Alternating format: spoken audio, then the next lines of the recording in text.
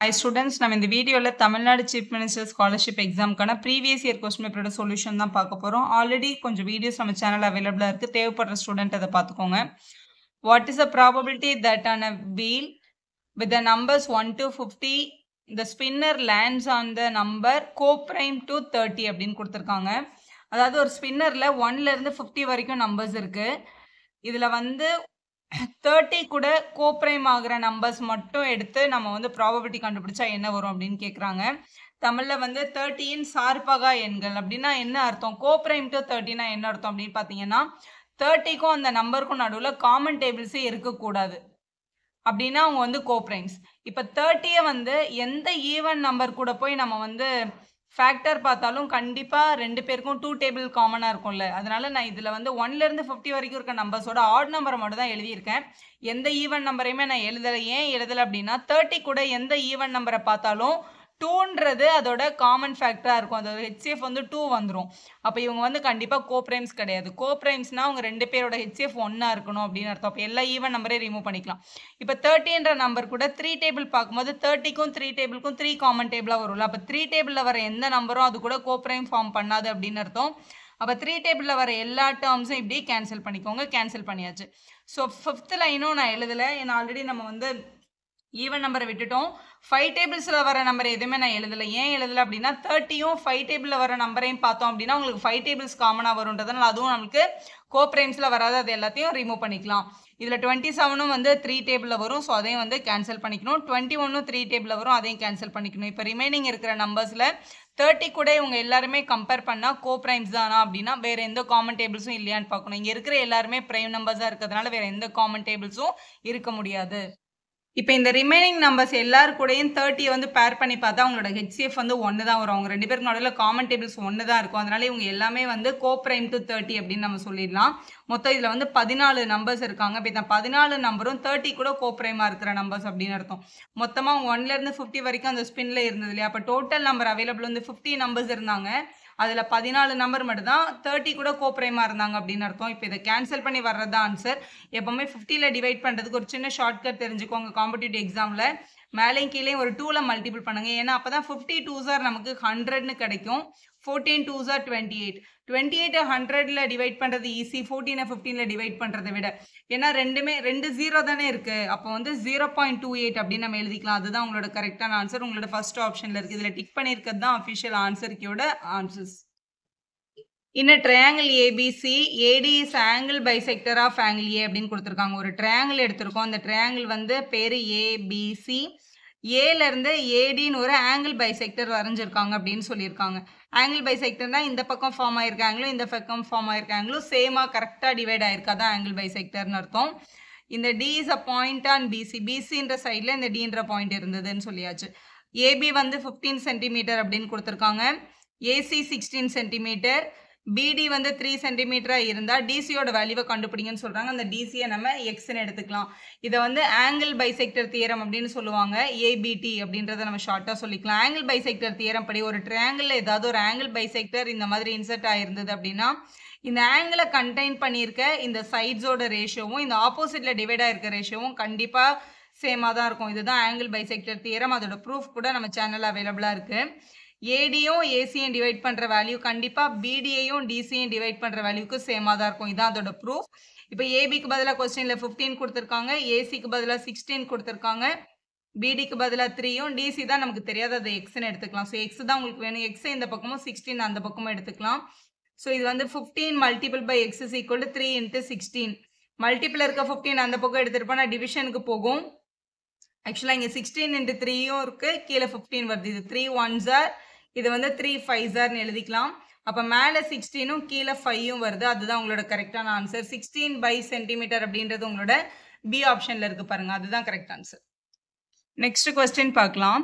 In a circle of radius 5 centimetre 5 centimetre ஆரமுள்ள ஒரு வட்டத்தில் tangents drawn from end points of a chord of length 8 centimetre. இந்த சர்க்கிளில் ஒரு கார்டு இருக்குது. அந்த கார்டோட லென்த் வந்து 8 சென்டிமீட்டர். ஸோ நம்ம இப்படி எடுத்துக்கலாம். ஸோ இந்த கார்டு வந்து 8 சென்டிமீட்டர் இருந்தது. இந்த கார்டோட எண்டிங் பாயிண்ட்லேருந்து இந்த நானோட அந்த கடைசி முனை பாயிண்ட்லேருந்து 2 டேஞ்சன்ட் வரைஞ்சிருக்காங்க. ஸோ இப்படி ஒரு டேஞ்சன்ட் வரைஞ்சிருப்பாங்க. இந்த பாயிண்ட்லேருந்து இந்த பக்கம் ஒரு டேஞ்சன்ட் வரைஞ்சிருக்காங்க. இந்த ரெண்டு டேஞ்சன்ட்டும் Pன்ற ஒரு பாயிண்ட்ல மீட் பண்ணிருக்கு அப்படின்னு சொல்லியிருக்காங்க. ஸோ இந்த பாயிண்ட் வந்து நம்ம இங்கே Pன்னு அசியூம் பண்ணிக்கலாம். இப்போ கொஸ்டின்ல கேட்டிருக்கிறது என்ன அப்படின்னு பார்த்தீங்கன்னா, then the shortest distance to P from the point on the circle is equal to அப்படின்னு கேட்டிருக்காங்க. இந்த பாயிண்ட், இந்த Pன்ற பாயிண்ட் வந்து இந்த சர்க்கிள்ல இருந்து இங்க இருந்து ஒரு டிஸ்டன்ஸ், இங்க இருந்து ஒரு டிஸ்டன்ஸ் இப்படி இருக்கும். இதுல இந்த Pன்ற பாயிண்ட் ஷார்ட்டஸ்டா எவ்வளவு தூரத்துல இருக்குன்னு கண்டுபிடிங்க அப்படின்னு சொல்லியிருக்காங்க. இப்படி வச்சு பாருங்க. ஸோ நான் இந்த பாயிண்ட்டை வந்து இந்த சர்க்கிளோட சென்டரோட இப்படி கனெக்ட் பண்ணிக்கிறேன். அதே டயக்ராம் தான் இங்கே திருப்பி வரைஞ்சிருக்கேன் கொஞ்சம் நீட்டாக.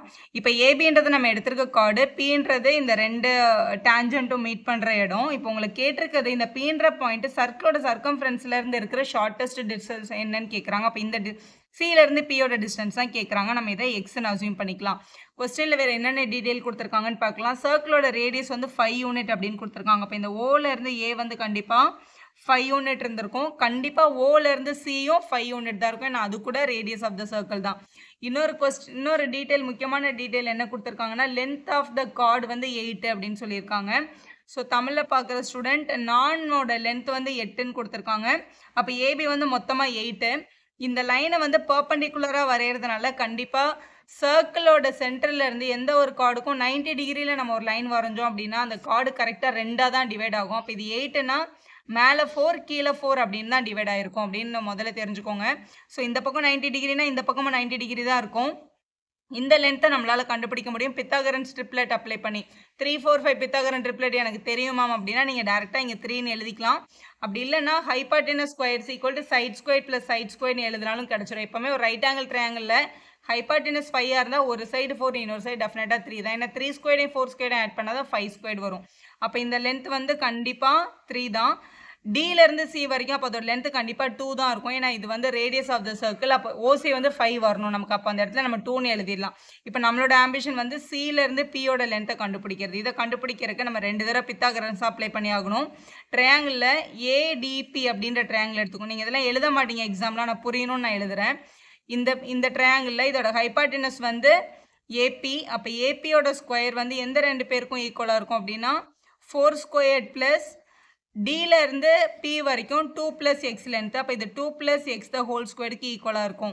இப்போ இந்த ஸ்கொயர் வந்து அந்த பக்கம் எடுத்துகிட்டு போனால் ரூட் ஆகும். அப்போ ஏபியோட லென்த் வந்து 4 ஸ்கொயர் பண்ணால் 16 + 2 + x த ஹோல் ஸ்கொயர் அப்படின்னு வச்சுக்கோங்க. இது அப்படியே இருக்கட்டும். இதான் என்னோட ஏபியோட லென்த் டெஃபினட்டாக. இப்போ பாருங்க, ஏஓபின்னு ஒரு பெரிய ட்ரையாங்கிள் இருக்குது. இதில் ஏபின்றது டேஞ்சண்ட்டாக இருக்கிறதுனால எப்போவுமே ரேடியஸும் டேஞ்சண்ட்டும் 90 டிகிரி மீட் பண்ணுவாங்க. அப்போ இந்த ஓஏன்றதும் ஓஏபின்றது ஒரு ரைட் ஆங்கிள் ட்ரையாங்கிள் தான். அப்போ இதோட ஹைபார்டெனஸ் யாருன்னு பார்த்தீங்கன்னா ஓலேருந்து பி தான் இதோட ஹைபார்டெனஸ் சைட். இந்த ஹைபார்டெனஸோட லென்த்து பார்த்தீங்கன்னா ஓசி ப்ளஸ் சிபி அப்படின்னு சொல்லலாம். ஓசியோட லென்த்து 5, சிபியோட லென்த் வந்து எக்ஸ். அப்போ ஓலேருந்து பி வரைக்கும் இதோட மொத்த லென்த் வந்து நம்ம என்னன்னு சொல்லிக்கலாம், 5 + x அப்படின்னு சொல்லிக்கலாம். ஓலேருந்து பி வரைக்கும் இதோட லென்த் வந்து கண்டிப்பாக 5 + x தான்.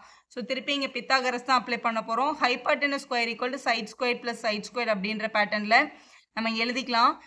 ஹைபார்டெனஸ் ஸ்கொயர் வந்து 5 + x the whole square equal to ஒரு சைடு வந்து ஓஏ, இன்னொரு சைடு வந்து ஏபி. அப்போ ஓஏ ஸ்கொயர் ப்ளஸ் ஏபி ஸ்கொயர்னு எழுதிக்கோங்க. 5 + x ஹோல் ஸ்கொயர் நம்ம ஃபார்முலா தான் அப்ளை பண்ணோம். a + b the whole square படி a square plus b square plus 2 times ab. 2 5s are 10, 10 × x 10xன்னு எழுதிக்கோங்க.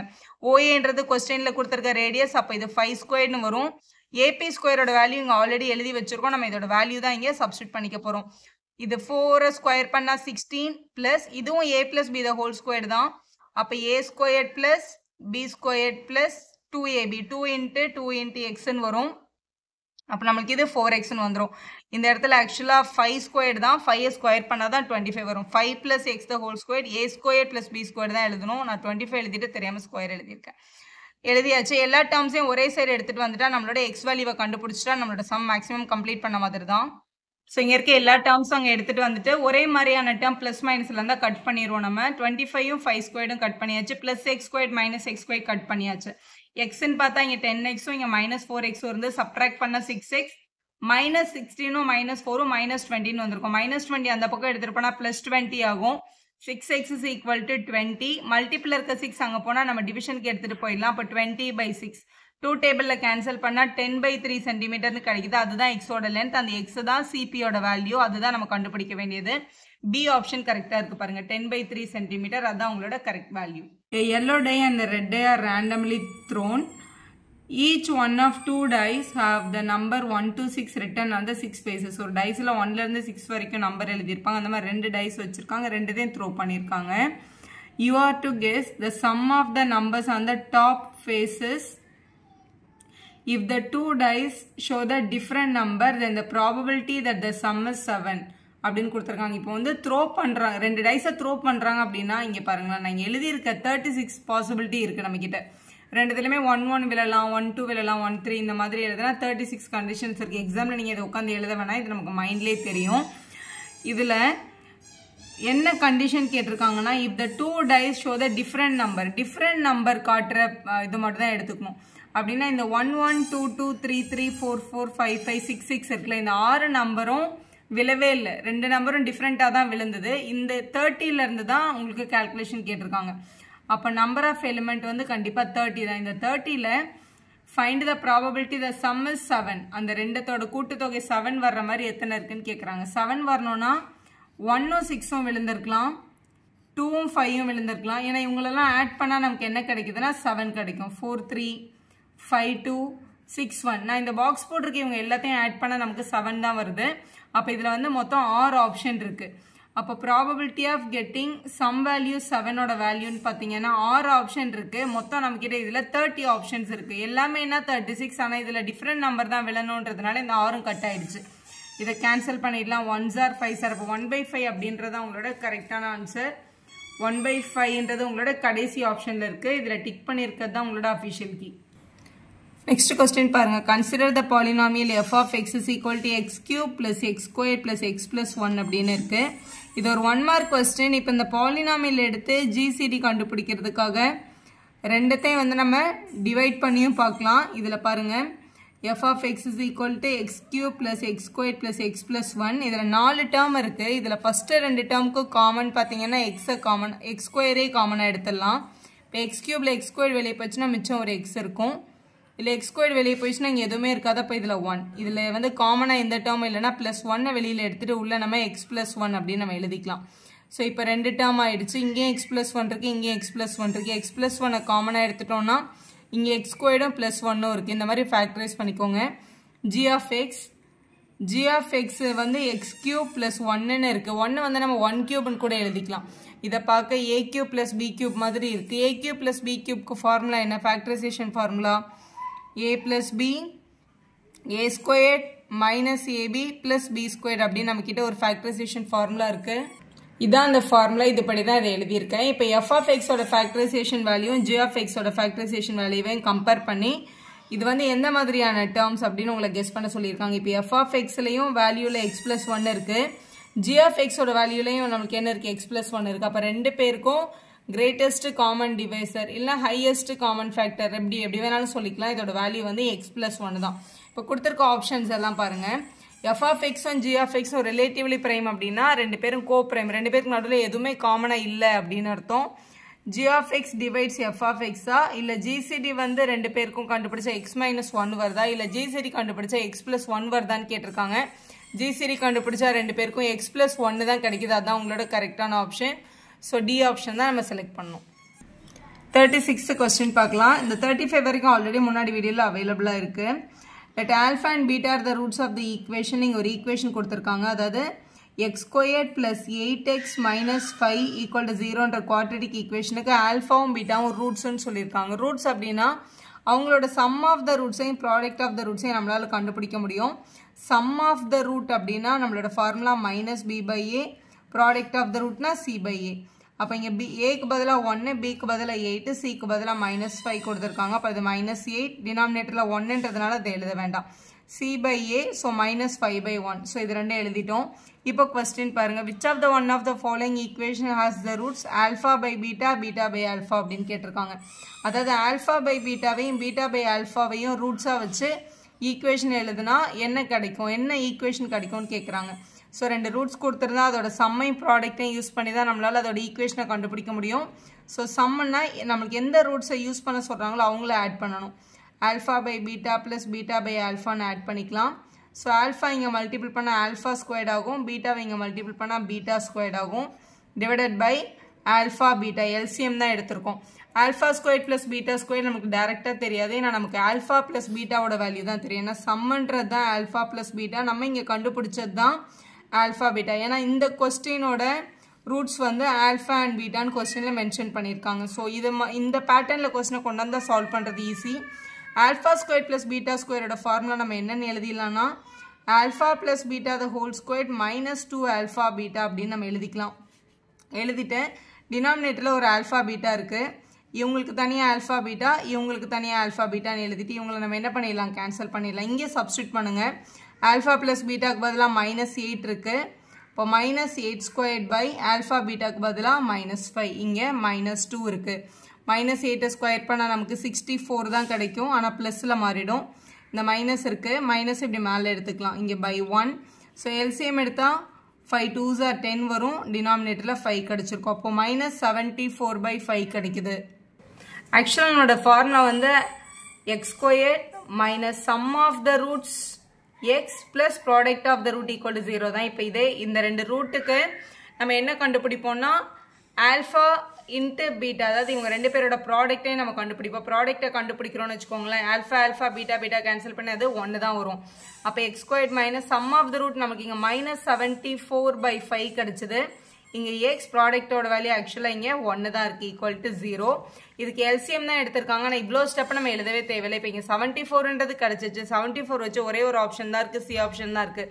ஆனால் சப்போஸ் உங்களை எக்ஸாமில் கன்ஃபியூஸ் பண்ணுறதுக்காக 2 74 இருக்கிற மாதிரியான வேல்யூ கூட அவங்க கொடுக்கலாம். அப்போ இதோட ப்ராடக்ட்டை தான் கண்டுபிடிச்சி அந்த லாஸ்ட்டில் எழுதணும்னு உங்களுக்கு தெரிஞ்சிருக்கணும். இந்த மாதிரி ஃப்ராக்ஷனில் வந்துச்சுன்னா அவங்க எல்லாத்துக்கும் சேர்த்து எல்சிஎம் எடுத்துகிட்டு டினாமினேட்டரில் வந்துட்டு அந்த பக்கம் கொண்டு போய் என்ன பண்ணியிருப்பாங்க, 0 ஆக்கியிருப்பாங்க. ஸோ எல்சிஎம் எடுத்தோம்னா இங்கே 5 இல்லாததுனால இங்கே 5x² வந்துடும், இங்கே 5 இல்லாததுனால 5 வரும், which is equal to 0ன்றது தான் உங்களுக்கு தேவையான பாலினாமியல். நெக்ஸ்ட் 37th கொஸ்டினில் a chord AB of length 7 cm. ABன்ற card வந்து 7 cm லென்த் டோட்டலாக இருந்தது. Insert the another card CD. CDன்ற ஒரு கார்டை வந்து இப்படி இன்செர்ட் பண்ணியிருக்கு. அட் E, அவங்க ரெண்டு பேரும் மீட் பண்ணுற பாயிண்ட் வந்து E அப்படின்னு சொல்லியிருக்காங்க கொஸ்டினில். நெக்ஸ்ட் அவங்க சொல்லியிருக்க கண்டிஷன் பாருங்கள், ஏஇக்கும் இபிக்கும் உள்ள ரேஷியோ வந்து 3:4 இருந்தது. ஏஇ இபி இது வந்து 3:4 ரேஷியோவில் இருந்ததுன்னு சொல்லியிருக்காங்க. இந்த லென்த்தே வந்து ஆக்சுவலாக 7 cm தான். அப்போ இந்த பக்கம் 3 இந்த பக்கம் 4ம் வந்து கட் ஆயிருக்கு. அப்போ இந்த கார்டு இன்னும் கூட கொஞ்சம் முன்னாடி கட் ஆயிருக்கும். நமக்கு இப்போ இது கால்குலேஷன் பர்பஸ்க்கு தான், டயக்ராம் தேவையில்லை, உங்களுக்கு ஃபார்முலா எக்ஸ்பிளைன் பண்ணுறதுக்காக தான் வரைஞ்சிருக்கேன்.